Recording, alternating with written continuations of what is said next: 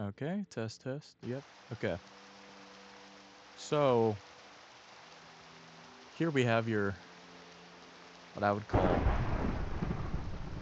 sulfur cube monorail. Um, but I've made this here where you can actually have a station in the middle of the monorail. It's not just at the end. Over there, I have one at the end. Over there, at the very far end, is another ending. We will look into that later. But currently, if I press this button to go left, I am fired off, and I should eventually arrive into this endpoint right here, and we are stopped. I can get off, look around. If I want to get back on, I can just do that, press the button,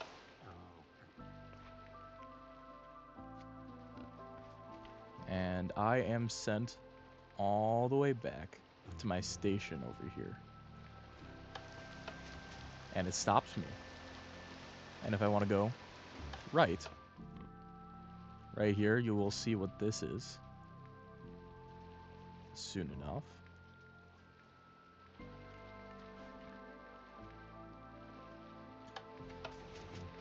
This is meant to be a little booster because it does lose speed.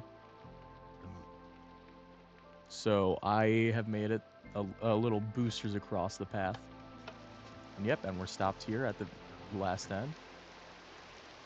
And yeah, just to demonstrate the booster, we are going back. So I can go back to that station over there. This booster will catch me and push me back over. And then our station will catch me and stop me.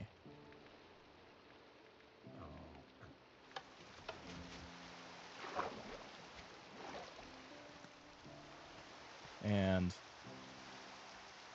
to be honest, decent pretty simple redstone, except for some quasi connectivity stuff I had to figure out. And this is all like a bunch of spaghetti redstone here because I'm not the best at redstone, especially the booster over here. Hopefully it didn't break this time. Yeah, it didn't break. But here, a bunch of redundant, actually I think redundant stuff. But there were some things that needed to lock so things over there wouldn't break. But assuming I hit this is what the sulfur cube hits to trigger which side you're hitting. So this triggers that. We get stopped by these honey blocks, which if I go in F5, the one on the right closes first, the one that makes sure that doesn't go farther, and the one on the left closes, so then it's stuck in the middle, and then the pusher pushes it along after these open back up.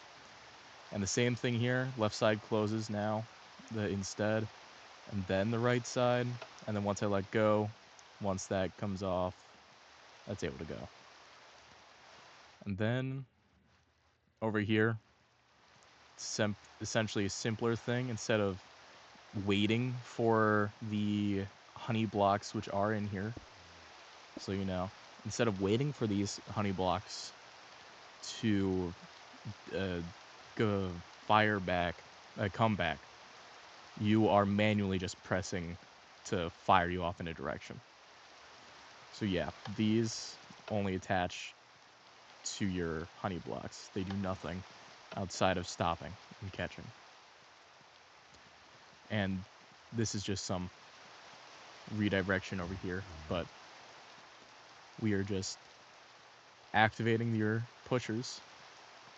I had to fix some random update mechanics that I don't know anything about. That's why it looks like this. Could be much simpler if a pro actually did it. But if I do this, it actually works.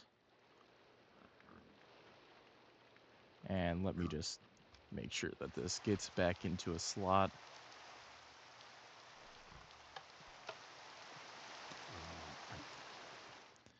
And right over here, I will demonstrate slightly. If I press that, yeah, it activates this one. So again, that one, and again, it activates that one. But I spent probably 2 hours tweaking and fixing the station and the stop booster is what I'm calling this thing, because that's essentially what it is. So much spaghetti code. I don't know where any, well, I do know where some wiring goes, but I feel like a lot of this could be shrunk down. And the endings are pretty simple. Just a little button press, fires you off. This is a simple stopping mechanism. And depending on how fast you're going, changes some ticks. So these ice paths are about 200 blocks in length for each section of this monorail. And that's how I was able to get all of these to work correctly, is to have a general constant ice path.